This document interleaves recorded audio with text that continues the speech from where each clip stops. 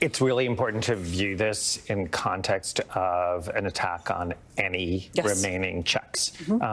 So the First Amendment and the media, which have already been attacked, this is now attacking them in a monetary way. So that not just Ms. Seltzer, but any media company is going to be thinking, and journalists are going to be thinking, do I want this headache? Do I want to report this? You're going to be either deciding not to do it, you're going to skew the results. Notably absent from that lawsuit is any facts. I keep on sort of saying this when it comes to like the election, because if you notice, Donald Trump tied it to his claim of, oh, it's like the elections.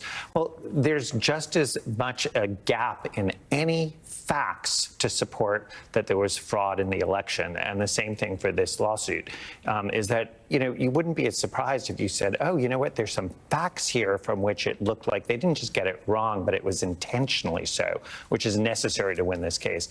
But we're in such a fact-free zone when Donald Trump makes these claims where you're sitting there thinking, oh, he's doing this, but there actually is no basis in fact. And your comment about autocratic regimes, this is Hungary. I mean, there is a blueprint for all of this. Well, they've been studying Orban, right, Ian? Like they knew, they've watched other people run this playbook, and now they are stealing a page and running it themselves. Yeah, I mean, Trump has been open about his admiration for Viktor Orban. And as Andrew notes, what Orban did was he used the various tools at his disposal as the head of government to harass media outlets that were critical of him until it became very difficult for them to turn profits. And to Andrew's point, they started making business calculations. And then ultimately what ended up happening was that some of his allies swept in and bought those properties when they were struggling enough in the marketplace that their market value had gone down, and turned them into loyalist cheerleaders. And I would note that, you know, there's been speculation out there that some of the properties out there on the market could be purchased by allies of Trump and turned to become cheerleaders for him. So this is absolutely straight out of the Orban playbook, and it's a threat to us as citizens being able to get accurate and, you know, unfiltered information that is not the result of coercion and intimidation. I mean, Tim, there are all the big stakes here, and I do want to make sure that we talk about the stakes, the chilling effect this could have on pollsters and on the press. There's also just the part that's like, you won. Take the win. Why be such a sore winner? Yeah, and I guess I'd also add on to that the fact that, like, this is all just preposterous. I mean, Andrew, God love him, is talking about how there are facts. It's like they don't even know what they're talking about. Donald Trump's like, well, she was nice to me before. Like, the results of a poll is based upon whether the pollster thinks Trump is good or not. Like, it's like a personal endorsement of him. This is all just silly. Like, the idea that poll hurt him in any material way is ridiculous, obviously, as evidenced by the fact that he ended up winning overwhelmingly. It's like this is all premised on nothing. It is just to intimidate. It is just to intimidate. And because of that, like, to me, my biggest response when I think about this last week is, where are all of these supposed free speech advocates on the right? Like isn't the whole premise of Elon Musk taking over Twitter and Mark Andreessen, the tech guy that is now supporting Trump and apparently vetting people for the government, all of these tech guys, all these bro podcasters, they're all talking about, oh, we need freedom of speech. The woke left is trying to silence us. You know, the woke left wants to shut us up. Well, do any of them actually practice what they preach? Is there a single person out there that claimed to be a free speech advocate that is now also concerned about the incoming president-elect trying to silence ABC News, CBS News, trying to use the courts to silence polls that he doesn't like even? I mean, this is a very real effort by the incoming arm of the government to shut people up, to violate their First Amendment rights, to intimidate them.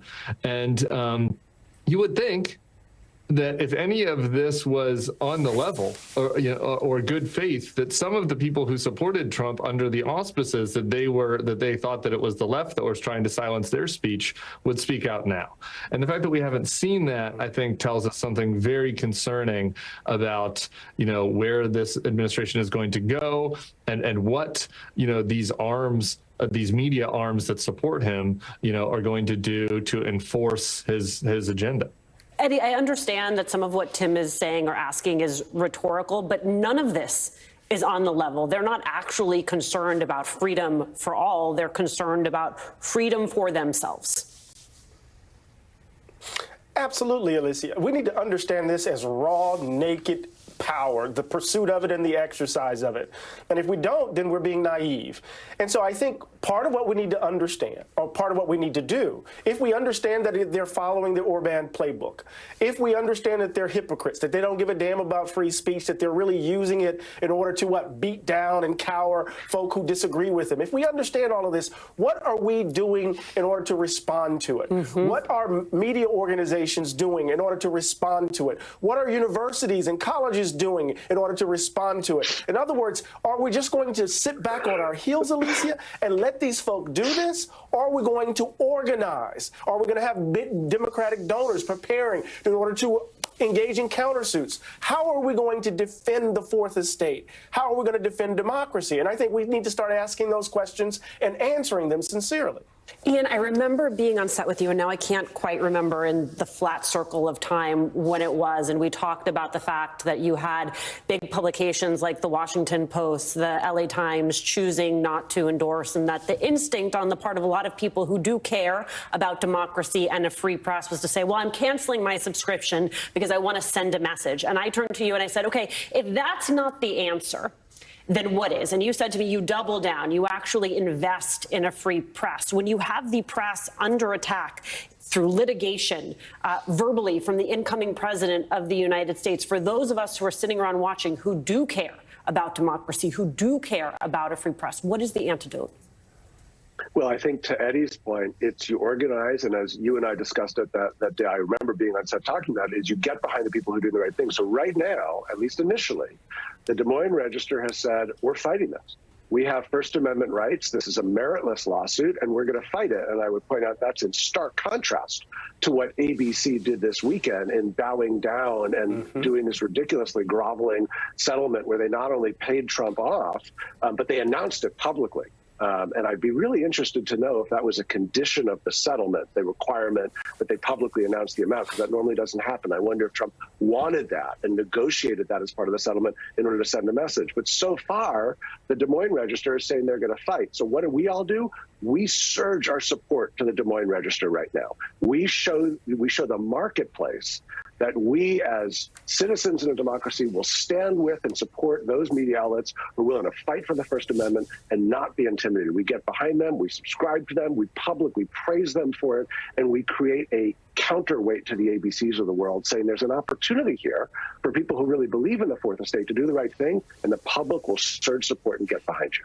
I want to talk about all of this litigation, Andrew, first with you in the context of it as lawfare, and then I want to talk with you, Tim, about the public narrative that they are clearly trying to build. This is time-consuming. It is costly. So how does that play out? What is the benefit, and what is the cost to everyone he chooses to go after?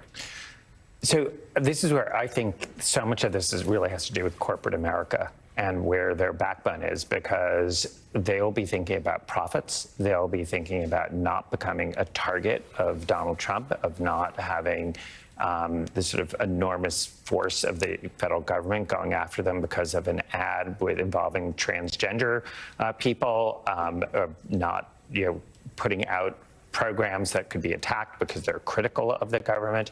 So much of that is going to be whether you see people pulling their punches, when obviously there's the examples you've given, but I think that there are going to be many, many more. And I think there are a number that probably have happened already in private, whether we're talking about the Hollywood structure in terms of what gets green lit, what kind of projects they're willing to do, what kind of investments they're going to be in investigative journalism, whether newspapers like the New York Times are still going to want to be, out there making sort of difficult decisions that could have lawsuits. That is the train we're in when you have a government that doesn't understand that part of being in the government is being criticized.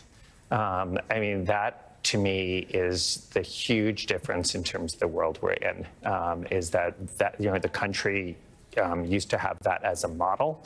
And we are just not in that world. So, Ian has one option, which is, the power of the purse, which is, all of us can do that.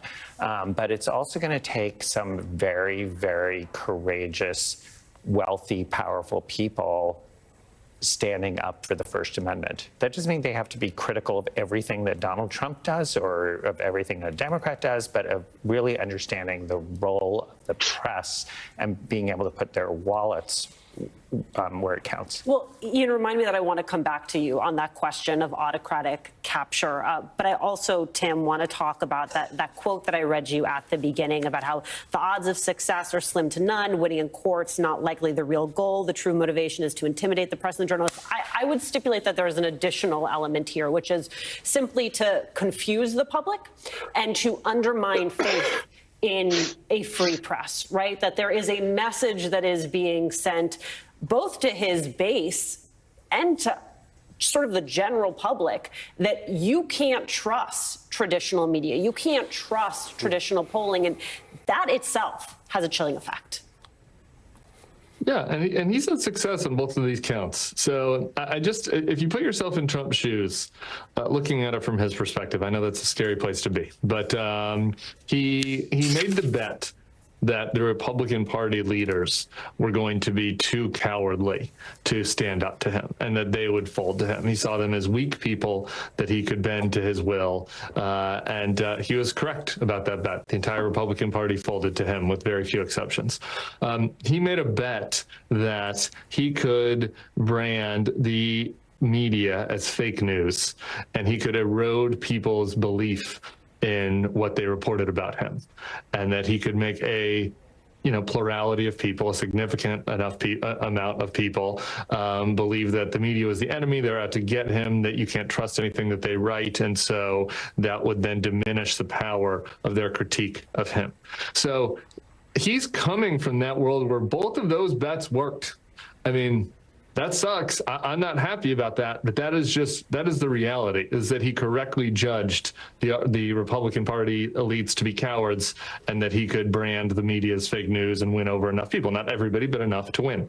So now, he's just pressing forth with those same objectives, right? Can I erode faith in the media even more? Can I erode faith in polling? Can I erode faith in additional institutions, right?